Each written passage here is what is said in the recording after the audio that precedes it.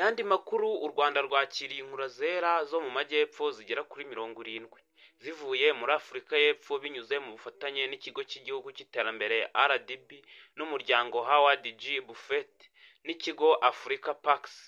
RDB ikaba yatangaje ko izi nkura zageze muri pariki y'Akagera kuri uyu wa kabiri tariki ya 10 Kamena 2025 ndetse zikaba zazanywe mu byiciro bibiri zikazacumbikirwa muri pariki y'igihugu y'Akagera.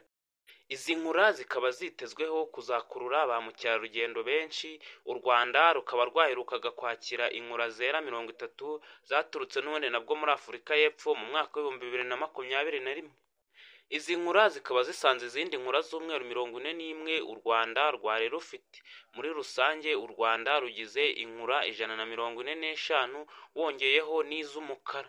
Izi nkura zagejejwe mu Rwanda, inkura imwe ikaba ishobora gupima ibiro bigera kuri toni 3 n'ibiro 500. Muri rusange u Rwanda rugize inkura hafi 140 wongeyeho n'izirabura zisanzwe muri pariki y'Akagera.